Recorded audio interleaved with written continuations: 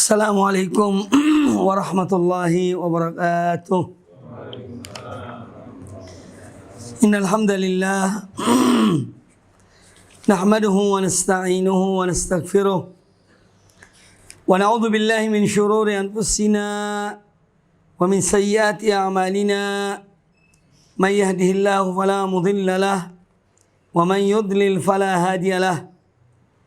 Asyhadu an la ilaha illallah wahdahu la syarika lah wa asyhadu anna Muhammadan abduhu wa rasuluh. Ya ayyuhalladzina amanu taqullaha haqqa tuqatih wa la tamutunna illa wa antum muslimun. Ya ayyuhan nasu taqu rabbakumul ladzi khalaqakum min nafsin wahidah wa khalaqa minha zawjaha wa batha minhuma rijalan katsiran wa nisaa'a. Wattaqullaha alladzi tasaaluna bihi wal arham innallaha kana 'alaikum raqiba. Ya ayyuhalladzina amanu taqullaha wa qulu qawlan sadida yuslih lakum a'malakum wa yaghfir lakum dhunubakum wa man yuti'illaha wa rasulahu faqad faza fawzan 'azima. Amma ba'd. Fa inna ahsanal hadits kitabullah wa khairal hadi hadi Muhammadin sallallahu alaihi wa alihi wasallam wa syarrul umuri muhdatsatuha wa kullu muhdatsatin bid'ah wa kullu bid'atin dhalalah wa kullu dhalalatin finnar. Bapak Ibu sekalian, para jamaah rahimakumullah, alhamdulillah pada kesempatan yang baik ini kita kembali bertemu dalam pembahasan hadis-hadis Nabi sallallahu alaihi wasallam seputar tauhid. Dan kita telah membahas pada pertemuan yang lalu, pertemuan perdana, hadis tentang hak seorang hamba kepada Allah Subhanahu wa Ta'ala, yaitu kewajiban kita sebagai hamba-hamba Allah terhadap Allah Subhanahu wa Ta'ala, yaitu beribadah menyembah Allah Subhanahu wa Ta'ala. Dan apa kewajiban atau hak kita dari Allah Subhanahu wa Ta'ala apabila sebagai hamba-hamba Allah kita beribadah menyembah hanya kepada Allah. Maka balasannya adalah Allah akan melindungi dari azabnya dan memasukkan ke dalam ridha Allah Subhanahu wa Ta'ala, ke dalam surga Allah Subhanahu wa Ta'ala. Kemudian pada kesempatan yang baik ini insyaallah kita akan membaca hadis yang kedua, yaitu qala al-muallifu hafizahullahu ta'ala, penulis kitab ini mengatakan, an Ubadah ibn Samit radhiyallahu anhu anin Nabi sallallahu alaihi wasallam qala, dari sahabat yang namanya Ubadah ibn Samit, semoga ridho Allah atas beliau. Beliau berkata dari Nabi sallallahu alaihi wasallam, qal, Nabi sallallahu alaihi wasallam bersabda, man syahida an la ilaha illallah wahdahu la syarikalah, barang siapa yang bersaksi bahwasanya tiada sembahan yang hak kecuali Allah yang Maha Esa, tiada sekutu baginya, wa anna Muhammadan abduhu wa rasuluh, dan dia bersaksi bahwasanya Muhammad adalah hamba Allah dan Rasulnya, wa anna Isa abdullahi wa rasuluh, dan bahwasanya Isa bin Maryam adalah hamba Allah dan Rasulnya, wa kalimatuhu alqaha ila Maryama wa ruhun minhu, dan bahwasanya Isa bin Maryam adalah kalimat Allah, yaitu perintah Allah. Dia mengatakan kun fayakun, jadilah maka jadilah. Kalimat itu yang diperintahkan kepada Maryam. Dan bahwasanya Isa bin Maryam adalah ruhun minhu, adalah dari ruh ciptaan Allah. Wal jannatu haqqun, dan barang siapa bersaksi bahwasanya surga itu adalah hak. Wan naru haqqun, neraka itu adalah hak. Adkhalahu Allahul jannata, niscaya Allah akan masukkan dia ke dalam surga. Ala ma kana minal amali, sesuai dengan amal perbuatannya. Hadis ini muttafaqun alaih, dikeluarkan oleh Imam Bukhari dan Imam Muslim di dalam Sahih Bukhari dan Sahih Muslim. Ma'asyiral muslimin rahimani wa rahimakumullah. Hadis Ubadah bin Samit radhiyallahu anhu ini menjelaskan kepada kita tentang permasalahan-permasalahan akidah yang wajib kita imani sebagai seorang mukmin yang beriman kepada Allah dan beriman kepada Rasulnya Nabi kita Muhammad sallallahu alaihi wasallam. Yang pertama adalah tentang persaksian terhadap dua kalimat syahadat, yaitu bahwasanya tiada sembahan yang hak kecuali Allah. Yang kedua adalah bahwasanya Nabi kita Muhammad sallallahu alaihi wasallam adalah sebagai hamba Allah dan Rasul utusan Allah Subhanahu wa taala. Ini poin yang pertama, yaitu seorang yang memberikan persaksian dengan hatinya dengan penuh keyakinan, ya, karena yang namanya iman itu mencakup ucapan dengan lisan.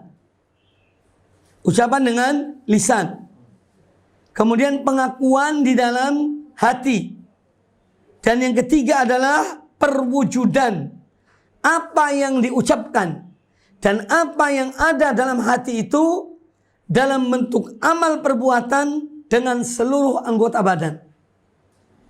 Ini tentang iman, ucapan dengan lisan, pengakuan sepenuhnya dan hati, dalam hati seorang, dan ini hanya Allah yang mengetahui, hanya Allah yang Maha mengetahui karena masalah hati. Ya. Kemudian yang ketiga adalah diwujudkan dalam bentuk amal perbuatan dengan anggota badan kita. Nah, ketika seorang mengucapkan dua kalimat syahadat, tiada sembahan yang hak kecuali Allah, dan bahwasanya Muhammad, yakni Nabi Muhammad adalah hamba dan Rasul utusan Allah. Ini pengakuan yang amat agung, pengakuan yang amat besar, yang dengannya seorang diselamatkan oleh Allah Azza wa Jalla dari azabnya, dari azab api neraka. Nah, di dalam dua kalimat syahadat ini, bahwasanya tiada sembahan yang hak kecuali Allah, ini mewajibkan kita untuk mengikhlaskan seluruh amal ibadah kita hanya untuk Allah. Inilah hakikat dari mengejawantahkan, yang mempraktekkan, mewujudkan kalimat syahadat asyhadu an la ilaha illallah, yaitu dengan mengikhlaskan seluruh amal ibadah kita hanya untuk Allah Subhanahu wa taala, besar maupun kecil. Ya. Kemudian yang kedua, yaitu persaksian bahwasanya Nabi Muhammad SAW adalah hamba Allah dan Rasulnya. Ini memberikan konsekuensi kepada kita bahwasanya tiada yang diikuti secara mutlak kecuali Rasulullah SAW. Kita wajib mengikuti beliau. Jadi beriman beliau sebagai Rasul yang terakhir, yang diutus oleh Allah Ta'ala kepada seluruh umat manusia. Kemudian kita menjadikan beliau sebagai contoh teladan. Ini hakikat pengakuan akan kerasulan Nabi Sallallahu Alaihi Wasallam. Konsekuensinya taat pada beliau. Konsekuensinya adalah mengikuti beliau. Konsekuensinya adalah tidak menyelisihi apa yang diperintahkan atau yang dilarang oleh beliau Sallallahu Alaihi Wasallam. Kemudian di sini disebutkan dua hal, abduhu wa rasuluhu. Ya, beriman bahwasanya Nabi Muhammad sallallahu alaihi wasallam adalah hamba Allah dan Rasulnya. Ini supaya kita itu tidak mengkultuskan Nabi sallallahu alaihi wasallam dengan mengakui, dengan beriman bahwasanya beliau adalah hamba Allah. Beliau adalah manusia biasa, tidak memiliki sifat-sifat ketuhanan.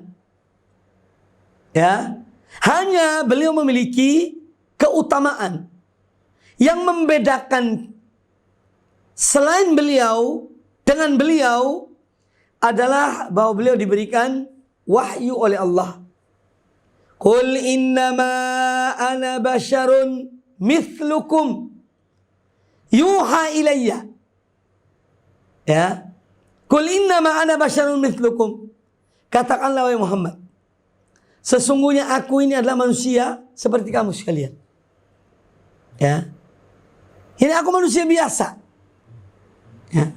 Yuha ilayya, yang mana aku diberikan wahyu oleh Allah Subhanahu wa taala bahwa saya tiada sembahan yang hak kecuali Allah. Sembahan kalian yang hak itu hanya satu, yaitu Allah Subhanahu wa taala. Jadi yang membedakan seorang Nabi SAW dan yang selainnya adalah bahwa beliau adalah Rasul utusan Allah. Tapi beliau sebagai manusia biasa. Ya kalau terkena sakit ya sakit. Lapar ya lapar. Kenyang ya kenyang. Capek ya capek. Dan seterusnya. Jadi beliau tidak memiliki sifat-sifat ketuhanan. Beliau adalah hamba Allah Subhanahu wa taala. Bahkan beliau diuji oleh Allah Subhanahu wa taala dengan pernah diusir oleh kaumnya, dilempari batu sampai mengucurkan darah pada wajahnya. Nah, ini menunjukkan bahwa beliau adalah sebagai manusia biasa yang tertimpa pada manusia yang lain juga menimpa beliau, ya. Wa anna Muhammadan abduhu wa rasuluhu. Kemudian poin ketiga, wa anna Isa abdullah wa rasuluhu. Juga seorang mukmin yang dia mengakui bahwa Isa bin Maryam adalah sebagai hamba Allah dan Rasul utusan Allah. Mengapa ditegaskan oleh Nabi sallallahu alaihi wasallam dalam hadis ini penyebutan Isa bin Maryam sebagai hamba Allah dan Rasul utusan Allah? Karena orang-orang ya yang menjadi pengikut Nabi Isa alaihissalam, mereka mengkultuskan Isa bin Maryam dengan mengatakan Isa bin Maryam adalah sebagai anak Allah, ya, maha suci Allah dari apa yang mereka tuduhkan, dari apa yang mereka sifatkan, karena Allah tidak mempunyai anak dan tidak diperanakkan, ya. Qul huwallahu ahad, Allahus samad, lam yalid wa lam yulad wa lam yakul lahu kufuwan ahad. Qul, katakanlah wahai Muhammad, huwallahu ahad, Allah dia zat yang maha esa. Allahus samad, Allah tempat bergantung seluruh makhluknya. Semua makhluk Allah ini bergantung pada Allah. Ya, meminta pada Allah, memohon pada Allah, bergantung kepada Allah. Yaitu as-samad. Qul huwallahu ahad, Allahus samad. Lam yalid, dia tidak beranak. Walam yulad, dan tidak diperanakkan. Walam yakul lahu kufuwan ahad, dan tiada sesuatu pun yang serupa dengan Allah Subhanahu wa taala. Maka dari itu untuk membantah orang-orang yang mengatakan Isa bin Maryam anak Allah, maka seorang mukmin harus beriman bahwa Isa bin Maryam adalah hamba Allah dan Rasul utusan Allah. Dan oleh karena itu pula kita melihat di dalam Al-Quranul Karim ketika menyebut Isa selalu dikaitkan dengan Isa ibnu Maryam. Silahkan buka Al-Quranul Karim, ya. Setiap penyebutan Isa bin Maryam, Isa itu selalu dengan penyebutan Isa ibnu Maryam. Isa bin Maryam. Ini semua adalah dalam rangka Allah membantah orang-orang Nasara yang mengatakan bahwa Isa adalah anak Allah. Makanya dinisbahkan kepada Maryam. Isa putra Maryam. Isa bukan putra Allah, tapi Isa putra Maryam. Itu salah satu hikmah dari ayat-ayat Al-Quran yang menyebut tentang Isa selalu dengan penambahan Isa putra Maryam. Kemudian Nabi alaihissalam menyebutkan di sini wa anna Muhammadan abduhu wa rasuluh, dan bersaksi bahwa Muhammad adalah hamba Allah dan Rasulnya, karena ya jadi penyebutan hamba Allah dan Rasulnya karena sudah ada pengalaman sebelumnya. Yaitu Nabi Isa dikatakan sebagai anak Allah. Makanya dalam hadis yang lain Nabi SAW mengatakan kepada para sahabat beliau dan kepada kita semuanya, la tutruni kama atratin nasara ibna Maryam. Janganlah kalian bersikap berlebih-lebihan kepada aku. Janganlah kalian memuji aku dan berlebihan sebagaimana yang dilakukan oleh orang-orang Nasrani terhadap Isa putra Maryam. Innama ana Abdullahi. Sesungguhnya aku ini, kata beliau, adalah hamba Allah. Faqulu Abdullah wa rasuluh. Maka katakanlah Muhammad adalah hamba Allah dan Rasulnya. Jadi ini beliau sudah semenjak awal memberi peringatan kepada umat ini untuk tidak berlebihan di dalam memuji beliau. Letakkanlah beliau pada tempatnya. Letakkanlah beliau pada posisinya. Jangan berlebihan, juga jangan meremehkan. Kita wajib menghormati dan memuliakan Rasulullah Sallallahu Alaihi Wasallam. Karena beliau adalah Sayyiduna. Beliau adalah penghulu kita. Bahkan penghulu seluruh umat manusia. Sebagaimana disabdakan oleh beliau, Ana Sayyidu waladi Adam. Aku adalah penghulu seluruh umat manusia. Maka kita wajib memuliakan beliau. Wajib menghormati beliau. Ya, menempatkan beliau pada tempatnya. Memposisikan beliau pada posisinya. Tetapi kita tidak boleh berlebihan kepada beliau. Tidak boleh menganggap beliau sebagai orang yang mempunyai sifat-sifat ketuhanan. Tak. Nabi SAW adalah manusia biasa. Kita wajib menghormati beliau karena kenabiannya, karena kerasulannya. Dan Allah memerintahkan kita untuk memuliakan beliau. Ya, Allah mengajarkan kita untuk memuliakan beliau. Bagaimana Allah mengajarkan kita memuliakan Nabi SAW? Di dalam Al-Quranul Karim, kalau kita membuka, mencari ayat yang mana Allah memanggil Nabi SAW, tidak pernah menyebut namanya. Tidak ada satu ayat Al-Quran pun ketika Allah memanggil Nabi SAW dan mengatakan, Ya Muhammad. Silakan cari. Tidak ada. Ya ayuhan Nabi. Ya. Allah selalu mengatakan, ya wahai Nabi. Ini untuk mengajarkan adab kepada kita terhadap Nabi Sallallahu Alaihi Wasallam. Jadi tidak ada ayat Al-Quran yang mana Allah ketika memanggil Nabi Sallallahu Alaihi Wasallam dan menyebut nama beliau. Tidak ada. Satu ayat pun tidak ada. Ya ayuhan Nabi, ya ayuhan Rasul. Itu yang disebutkan oleh Allah Subhanahu Wa Taala. Tetapi kalau nabi-nabi yang lainnya banyak. Ya Adam, uskun anta wa zaujukal jannata. Wahai Adam, tinggallah engkau dan istrimu di surga ini. Ya Isa Ibnu Maryam, wahai Isa putra Maryam. Ya Musa, wahai Musa. Ya Ibrahim. Nabi-nabi yang lain, semua Allah sebutkan nama mereka ketika memanggil mereka. Tetapi Nabi SAW tidak. Allah selalu menyebut, Ya ayuhan Nabi. Ini kalau panggilan. Tetapi kalau kalimat berita, bukan panggilan, Allah menyebutkan Muhammad. Karena ini akidah. Muhammadun Rasulullah walladzina ma'ahu asyidda'u 'alal kuffari ruhama'u bainahum. Muhammad adalah Rasul utusan Allah.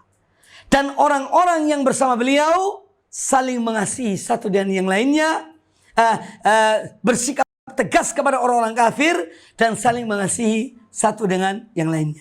Jadi kalau kalimat berita, ya, Allah menyebut nama beliau. Karena ini wajib diimani. Allah beritahukan Muhammad adalah Rasul utusan Allah. Namanya disebutkan. Tetapi ketika memanggil, tidak. Selalu dengan Ya ayuhan Nabi. Ya ayuhan Rasul. Ini yang harus kita pahami. Ini menunjukkan apa? Bagaimana Allah mengajarkan kepada kita adab kita sebagai umat Nabi SAW terhadap beliau. Kita harus punya adab pada Nabi SAW. Tidak boleh tidak beradab. Ya. Karena beliau tidak sama dengan kita. Kemudian bahwa Isa bin Maryam adalah hamba Allah dan Rasul utusan Allah. Wa kalimatuhu alqaha ila Maryam wa ruhun minhu. Dan kita wajib beriman bahwasanya Isa bin Maryam adalah kalimat Allah. Kalimat kun fayakun. Kalimat kun, jadilah maka jadilah Isa. Tanpa proses pernikahan dengan seorang dan seorang laki-laki. Dan Allah telah menciptakan hal-hal yang luar biasa, menunjukkan kekuasaan Allah SWT. Ada 4 hal dalam masalah melahirkan ini. Pertama, Allah menciptakan Adam tanpa seorang ayah dan ibu. Ya. Nabi Adam alaihissalam tidak dilahirkan. Allah menciptakan Nabi Adam dengan tangannya. Ya. Tanpa seorang ayah dan tanpa seorang ibu. Kemudian yang kedua, Allah menciptakan Hawa, yaitu istri Nabi Adam alaihissalam, dari tulang rusuk Nabi Adam, dari seorang laki-laki tanpa seorang ibu. Ya, ini yang kedua. Yang ketiga, Allah menciptakan Isa bin Maryam dari seorang ibu tanpa seorang ayah. Yang keempat, ya seperti kita yang lainnya yang dilahirkan dari seorang ibu dan seorang ayah dan ibu. Ini menunjukkan kekuasaan Allah Subhanahu wa taala. Semua 4 ini sudah terjadi, ya. Nabi Adam tanpa ayah dan ibu, Hawa dari seorang laki-laki tanpa seorang ibu, Isa bin Maryam dari seorang ibu tanpa seorang ayah, dan manusia yang lainnya dari ayah dan ibu. Ini menunjukkan kekuasaan Allah Subhanahu wa ta'ala. Nah, Isa bin Maryam hanya dan perintah Allah. Jadi maka jadilah. Ya, kemudian terbentuk Isa bin Maryam dalam rahim seorang wanita suci yang tidak pernah berbuat macam-macam, yaitu Maryam binti Imran. Ya, kemudian ditiupkan ruh pada bekal yang namanya Nabi Isa itu. Janin yang nama Isa bin Maryam ditiupkan ruh ciptaan Allah Subhanahu wa taala. Maka jadilah Isa. Kemudian wal jannatu haqqun. Seorang yang mengakui, yang beriman bahwasanya surga itu adalah hak. Ini adalah akidah kita. Akidah kaum mukminin, kaum muslimin, ahlus sunnah wal jamaah, bahwa surga itu hak. Surga itu bukan khoyal, ya. Tapi memang sudah diciptakan oleh Allah Ta'ala, ya. Disiapkan untuk orang-orang yang bertakwa pada Allah, ya. Ini surga Allah Ta'ala. Tidak bisa dibayangkan surga itu seperti apa, ya. Tidak bisa dibayangkan. Kalaupun seorang membayangkan sesuatu tentang dipan-dipan surga, kan ada disebutkan, ya, bidadari surga, kemudian makanan minuman yang disebut dari surga itu hanya bayangan saja. Jangan dikira apa yang dibayangkan itu sama dengan realita yang ada di surga, ya. Tidak ada wujud kesamaan sama sekali. Hanya sekadar nama saja. Dipan gitu. Ya. Jadi kira kayak dipan, ukiran, terus khoyal, bayangan seperti apa namanya, kayu jati yang diukir kemudian dilapisi emas. Jangan dibayangkan. Tidak sama dengan apa yang dibayangkan. Ya. Tidak seperti dengan sesuatu yang dibayangkan. Demikian pula makanannya, minumannya, semua tidak bisa dibayangkan. Kalaupun dibayangkan tidak sama dengan apa yang menjadi realita. Ja'alanallahu minhum. Semoga Allah jadikan kita termasuk di antara hamba-hamba Allah yang dimasukkan dalam surga Allah Ta'ala birahmatihi wa fadlihi, hanya dan rahmat Allah dan karunia Allah Subhanahu wa Ta'ala. Jadi orang beriman bahwasanya al-jannatu haqqun. Surga itu adalah hak. Wan naru haqqun. Dan beriman bahwasanya neraka itu juga hak. Telah diciptakan oleh Allah Subhanahu wa taala. Allah ciptakan neraka untuk penghuni-penghuninya. Dari orang-orang kufar, munafikin, musyrikin. Ya. Yang mereka mati dalam kekufuran mereka. Mati dalam kesyirikan mereka. Mati dalam kemunafikan mereka. Itu penghuninya. Adapun kalau mereka di antara mereka ada orang yang bertobat dari kekufuran kepada iman, maka mereka tentu bukan lagi orang kafir karena dia telah beriman. Dan taubat itu akan mengampuni, menghapus dosa-dosa yang sebelumnya. Itu adalah taubat. Balasan bagi taubat seorang hamba, Allah menghapus seluruh dosa-dosanya, ya, dan dia termasuk orang-orang yang dibersihkan dari dosa-dosanya. Nah, orang yang beriman kepada surga dan neraka, bahwa dua-duanya telah ada, ini akan dimasukkan surga Allah Ta'ala. Adkhalahullahu al-jannata. Niscaya Allah masukkan dia ke dalam surga. Ala ma kana minal amali, sesuai dengan amal perbuatannya. Karena memang surga itu bertingkat-tingkat. Masing-masing ahli surga itu sesuai dengan tingkatan amalnya. Ya. Meskipun nanti ada syafaat di sana itu. Ada syafaat.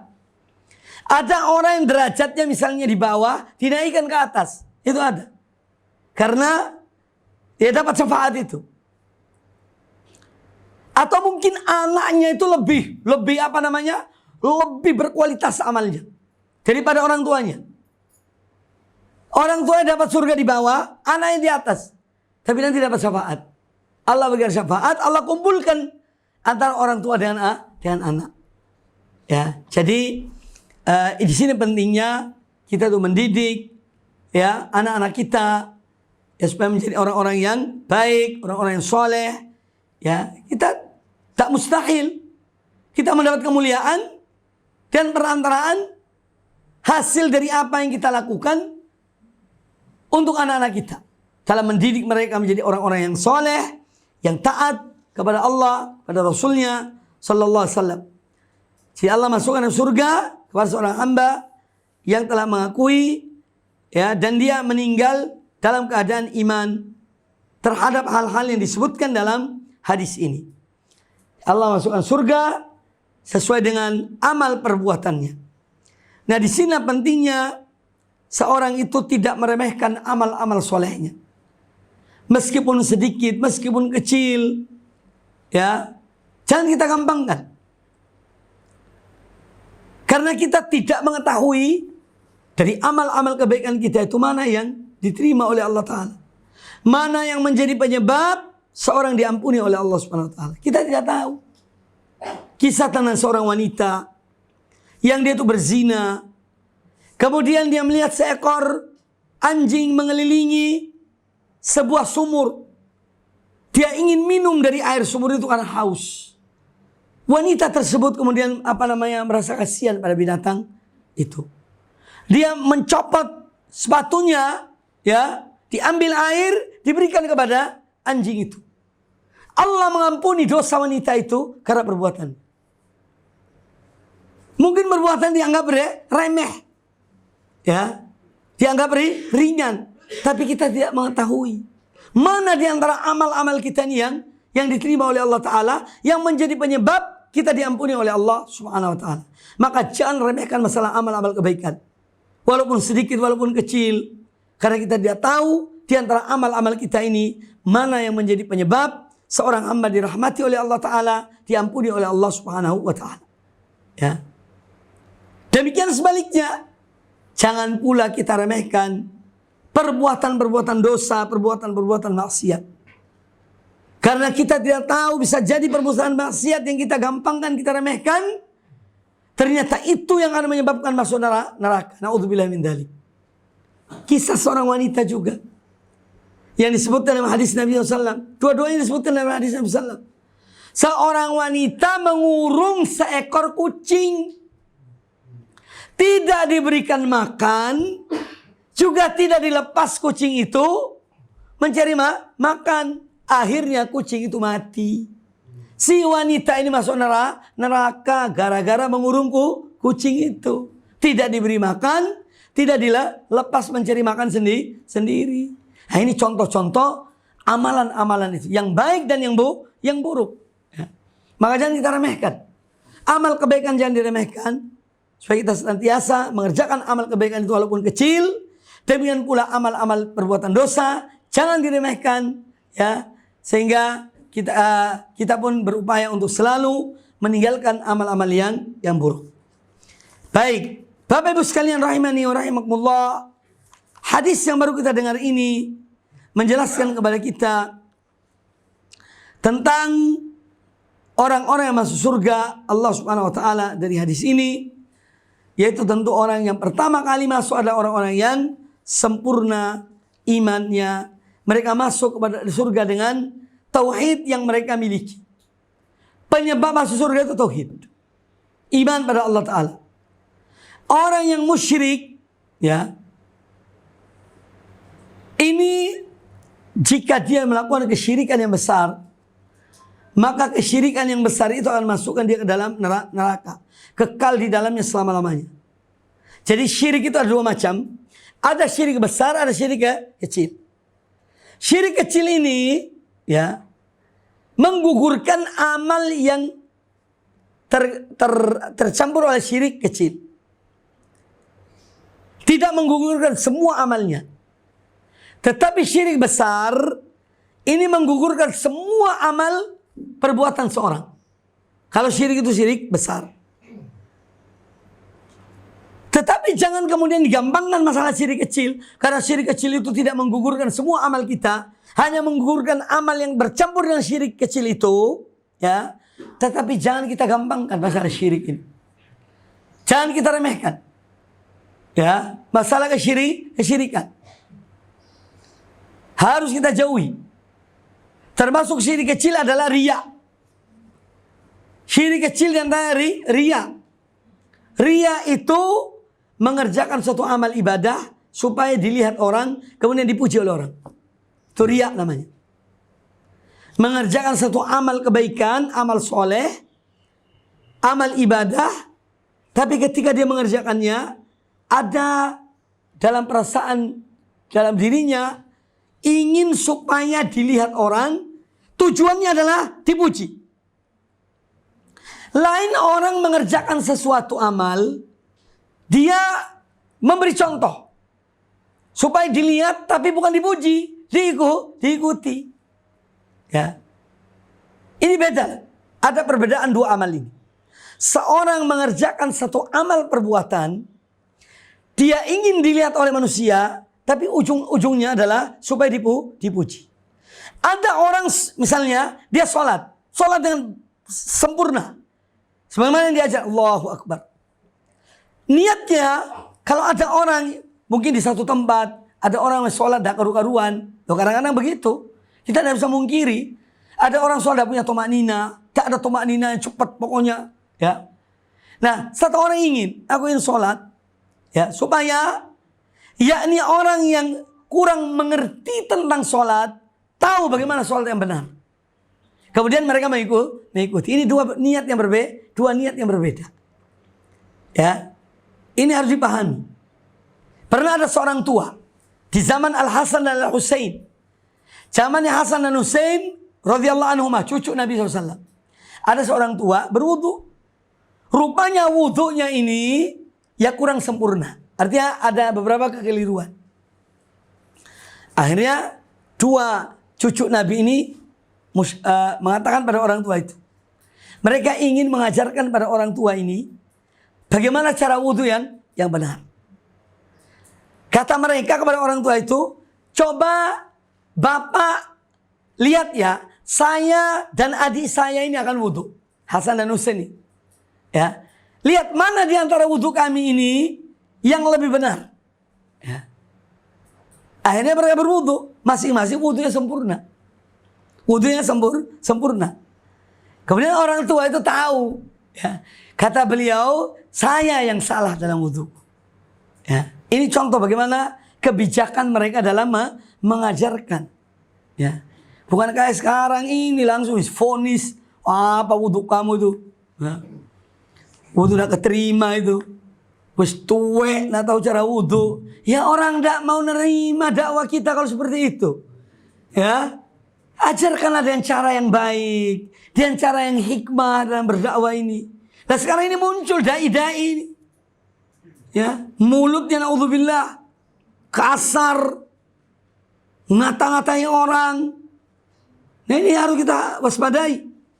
Ya. Dakwah yang hikmah. Dakwah sunnah, dakwah salaf ini dakwah yang sangat hikmah. Dengan ilmu, dengan akhlak yang mulia, dengan kalimat-kalimat yang baik. Ya. Itu akan menarik. Yang namanya dai itu namanya dakwah itu ngajak, menyeru. Bukan mengusir. Ya. Bukan mengusir orang dari dakwah ini, tidak. Tapi mengajak mereka dengan baik dan hikmah. Toh tugas kita mengajak. Mereka nerima alhamdulillah, tidak itu urusannya. Nah jadi dari kisah tadi itu ya hikmahnya besar, yaitu supaya salah satunya kita berdakwah pada Allah Ta'ala dengan cara yang baik. Intinya kembali pada niat. Jadi kalau yang namanya riya, yang itu syirik kecil, ya adalah seorang yang beramal untuk dilihat dan dipuji. Ya. Dilihat dan dipuji oleh manusia. Nah, riya ini menggugurkan amal yang terkena riya itu, yang bercampur dengan riya itu.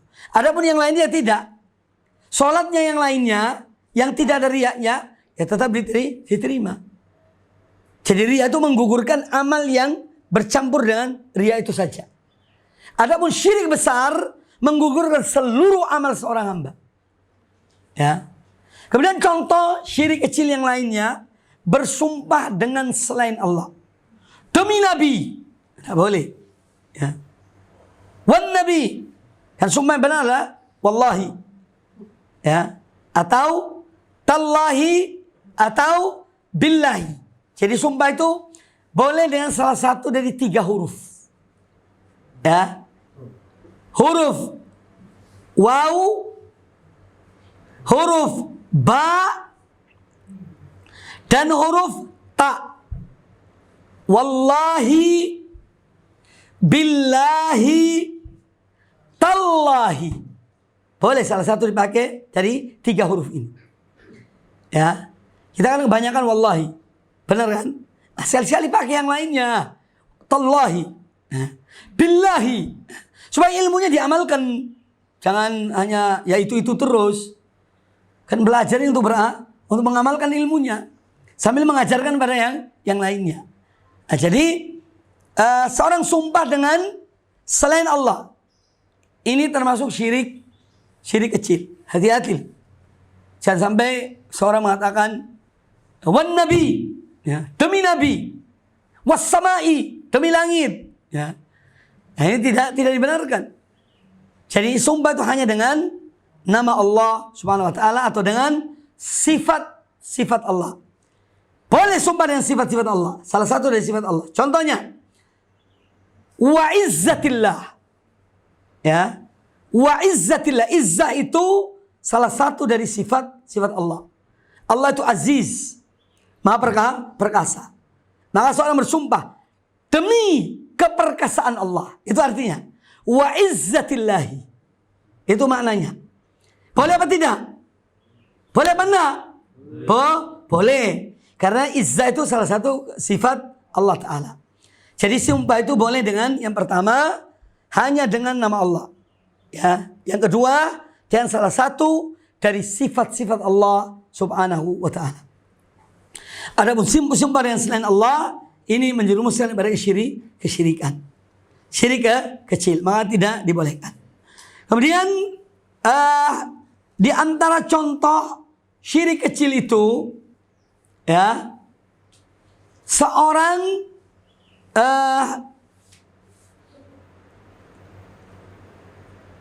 bagian dari syirik juga adalah syirik kecil itu selain dari sumpah dan riya ini bisa jadi besar, bisa juga. Ya, maka hati-hati. Pokoknya inti berupaya untuk menjauhkan diri dari perbuatan riya. Ya, karena riya itu bisa menjerumuskan kepada syirik besar. Ya, naudzubillah. Kalau seorang yang hidupnya ingin dipuji, disanjung, di ini dan itu, bisa menjerumuskan kepada syirik yang besar. Maka dari itu hati-hati dari riya ini. Usahakan untuk menghilangkannya. Ya. Itu diantara contoh tentang syirik yang kecil. Adapun syirik besar banyak ya macamnya. Naudzubillahi min dzalik. Baik, sampai saat ini ada yang ingin bertanya, silakan. Saya akan lanjutkan sedikit. Tapi mungkin ada dari yang dibahas tadi ini, mungkin ada yang ingin bertanya, kita selingi dengan pertanyaan. Monggo. Ada? Silakan Pak, ya. Assalamualaikum warahmatullahi wabarakatuh. Waalaikumsalam warahmatullahi wabarakatuh. Akhir-akhir ini kadang-kadang itu orang beramal itu sering-sering dimasukkan di dalam siaran TV. Itu apa termasuk? Di medsos. Ya, di medsos. Itu termasuk riya atau termasuk memang supaya itu diikuti sama yang lain supaya dia beramal seperti dia. Jadi akan dia mengajak atau memberi contoh. Ya, itu bagaimana Ustaz? Itu kembali kepada innamal a'malu bin niat. Kembali kepada niat orang itu. Kalau dia niat meceng, ya, supaya orang tahu ini loh aku, ya, lah ini justru kepada riya. Tapi kalau dia niat, mudah-mudahan dia ini sebagai pemberi contoh yang baik, ya. Karena kalau orang beri contoh sesuatu yang baik, diikuti orang-orang banyak, dia dapat pahala sebanyak orang yang mengikuti orang itu. Makanya kita kembali kepada niat. Cuma memang kalau zaman kita ini memang perlu hati-hatilah. Betul-betul ini. Karena memang zaman ini zaman yang betul sarana-sarana untuk riya itu luar biasa. Ya. Maka dari itu kita betul-betul supaya menyeleksilah. Kalau misalnya ada yang perlu dicontohkan, ya mudah-mudahan kita bisa ikhlas dalam masalah ini. Tapi kalau setiap gerak-gerik kita, setiap aktivitas kita pamerkan, ini khawatirnya menjerumuskan kepada riya. Jadi yang Bapak tanya itu kembali kepada innamal a'mal bin niat, kembali pada niat. Cuma saya dalam hal ini tetap menghimbau untuk kita lebih hati-hati, lebih mewaspadai dalam hal menunjukkan aktivitas-aktivitas kita kepada umat, karena bisa menjerumuskan kepada riya, ya. Betul, itu bisa menjerumuskan kepada riya. Wallahu taala a'lam. Yang lain mungkin ada pertanyaan yang lain? Monggo. Ya, silakan. Assalamualaikum warahmatullahi wabarakatuh. Pertama tadi membahas mengenai kesaksian Nabi. Ya. Bahwa mengenai kesaksian Nabi dan banyak peringatan-peringatan mengenai Nabi, pujian-pujian dalam batas apa kira-kira. Dan kita juga kadang-kadang, saya sendiri misalnya sholat Nabi, tidak tahu isinya, siapa tahu mungkin melebihi daripada daripada seperti tadi yang saya bilang bahwa Nabi itu adalah hamba Allah dan Rasul. Baik, sebetulnya kalau kita memahami dari kitab-kitab yang sebagian digunakan oleh sebagian kaum muslimin dalam hal memuji Nabi Sallam, di situ ada kalimat-kalimat yang berlebihan. Cuma kita kan tidak paham kan bahasa Arab. Iya. Nah maka dari itu intinya bahwa kita mempunyai kewajiban kepada Nabi SAW. Artinya ada hak-hak beliau yang harus kita amalkan terhadap beliau. Ya, yang pertama adalah beriman kepada beliau. Ya. Kemudian mentaati beliau. Meninggalkan larangan beliau. Kemudian beribadah kepada Allah Subhanahu wa taala sesuai dengan apa yang diajarkan oleh beliau sallallahu alaihi wasallam. Ya. Adapun memuji, pujian-pujian yang itu masih pada batasnya, itu dibolehkan. Tapi kalau sudah berlebihan, karena sebagian apalagi orang-orang orang-orang penyair-penyair itu punya kelebihan dalam membuat syair. Ya, kadang-kadang mereka berlebihan dalam memuji Nabi SAW. Oleh karena itu sudah diingatkan oleh beliau sallallahu alaihi wasallam, la tutruni kama atratin nasara ibnu Maryam. Jangan kalian berlebihan dalam memuji aku sebagaimana orang-orang Nasrani mereka berlebihan di dalam memuji Isa bin Maryam. Ini sudah semenjak dahulu diingatkan oleh Nabi SAW. Adapun kita mengucapkan salawat kepada beliau adalah amal ibadah. Ya, dan kita dianjurkan memberi salawat. Kalau dalam solat itu salawat Ibrahimiyah yang kita sering baca. Allahumma sholli ala Muhammad wa ala ali Muhammad kama shallaita ala Ibrahim wa ala ali Ibrahim innaka Hamidum Majid. Allahumma barik ala Muhammad wa ala ali Muhammad kama barakta ala Ibrahim wa ala ali Ibrahim innaka Hamidum Majid. Atau fil alamin innaka Hamidum Majid. Nah, ini salawat ini dibaca ketika sholat. Kemudian tidak ada penambahan Sayyidina. Ya. Karena memang lafadznya seperti itu. Tetapi kalau di luar sholat seorang mengucapkan tentang Nabi SAW, boleh tidak menambah Sayyiduna? Boleh. Kalau di luar sholat. Ya. Tidak mengapa. Yang menjadi masalah itu di dalam sholat. Karena lafadznya dalam sholat itu tidak ada penambahan Sayyidina, jangan kita tambah-tambahi. Sholat ini adalah yakni tuntunan dari beliau sallallahu alaihi wasallam, ya, yang harus kita ikuti. Shallu kama raaitumuni usolli. Sholatlah sebagaimana kalian melihat aku sholat. Maka kita mengikuti sholat beliau. Ya, jangan ditambahi, jangan dikurangi. Adapun lafadz Sayyiduna di luar sholat, ketika seorang menyampaikan khutbah, ceramah, ya itu ya boleh. Tidak ada yang melarangnya. Karena memang Nabi SAW adalah Sayyiduna. Beliau adalah penghulu kita. Kalau bukan beliau siapa lagi?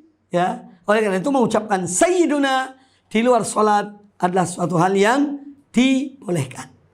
Adapun di dalam sholat ya tidak. Ya, ini yang perlu dipahami tentang bagaimana kita memuji Nabi SAW atau mengucapkan sholawat kepada beliau. Maka antum misalnya hari Jumat, ya baca Allahumma sholli wa sallim ala rasulika sallallahu alaihi wasallam atau ala rasulika Muhammadin, ya, Allahumma sholli wa sallim ala rasulika atau ala abdika wa rasulika Muhammad. Perbanyak itu. Allahumma sholli wa sallim ala abdika wa rasulika Muhammad. Yaitu contoh misalnya sholawat ketika di luar sholat atau ketika kita akan mengucapkannya di malam Jumat atau di hari Jumat. Perbanyak sholawat kepada beliau terutama di malam Jumat dan di hari Jumat. Bagaimana Ustaz ucapannya? Di antaranya itu Allahumma sholli wa sallim ala abdika wa rasulika Muhammad. Allahumma sholli wa sallim ala abdika wa rasulika Muhammad. Sudah, selesai. Jelas Pak ya? Itu kalau kita misalnya boleh saja. Allahumma sholli wa sallim ala Muhammad, Allah sallallahu ala Muhammad, sallallahu wasallam ala Muhammad. Boleh saja. Ya. Jadi intinya kita mengucapkan memperbanyak salawat kepada beliau sallallahu alaihi wasallam. Termasuk ketika nama beliau disebutkan, ya, kepada Nabi kita Muhammad, ya kita ucapkan sallallahu alaihi wasallam. Ya. Atau Allahumma sholli wa sallim alaihi.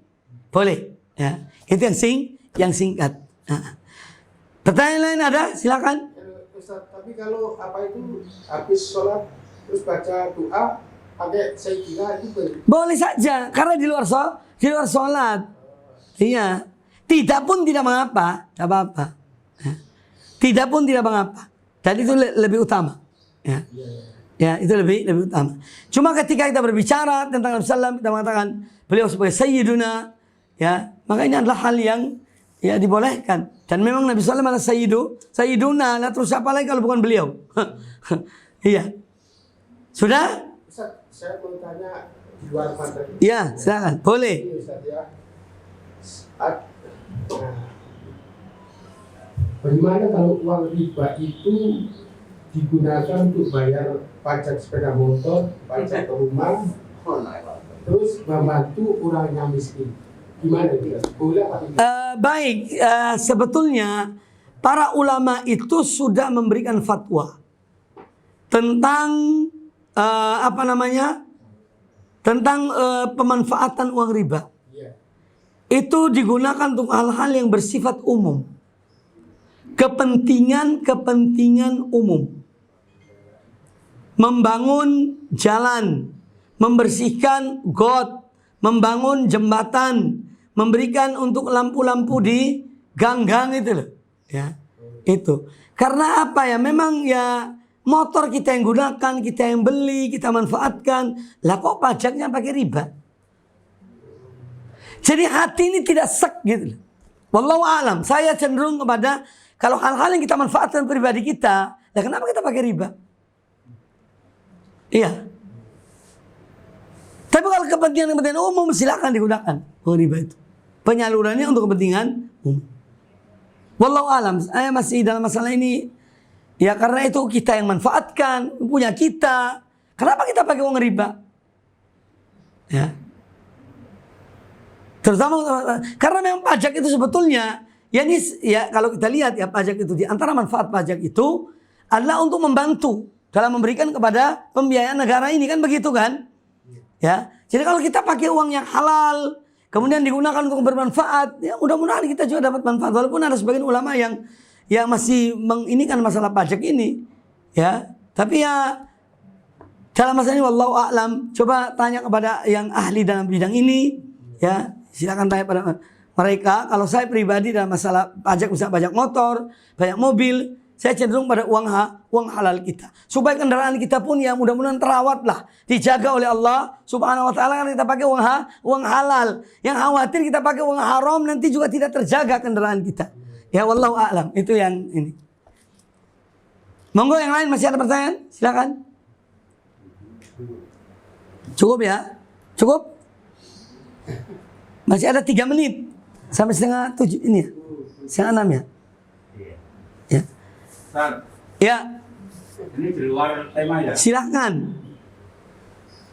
Kalau kita mau mati, kalau mati saya minta husnul khotimah. Apa yang dimaksud husnul khotimah dalam Baik, yang dimaksud dengan husnul khotimah itu seorang meninggal dalam keadaan berakidah yang benar. Ya. Dia bertauhid pada Allah Ta'ala. Dia yakni akidahnya, keyakinannya pada Allah adalah keyakinan yang benar. Dan kepada apa yang Allah wajibkan pada kita. Kemudian dia dalam keadaan melakukan amal-amal kebaikan, amal soleh. Dia tidak meninggalkan sholat. Ya. Walaupun dia meninggal bukan di saat sholat. Tapi dia orang yang mengerjakan sholat. Maka jangan kita sempitkan masalah husnul khotimah itu. Kalau ada orang misalnya pas lagi sujud baru husnul khotimah. Lah terus kan tidak sujud, tidak husnul khotimah. Ya enggak juga. Ya.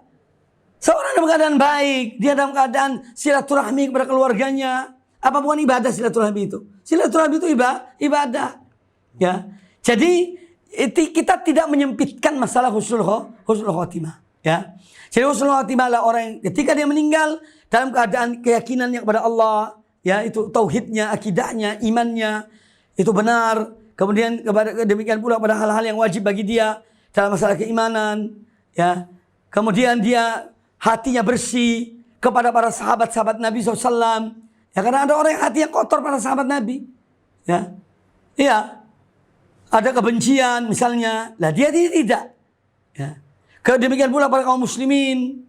Ya, jadi husnul khotimah itu lebih bersifat umum. Tidak sekedar seorang ketika meninggal dia dalam keadaan sholat misalnya, atau dalam keadaan puasa, itu terlalu sempit. Ya, itu salah satu. Ya, itu salah satunya.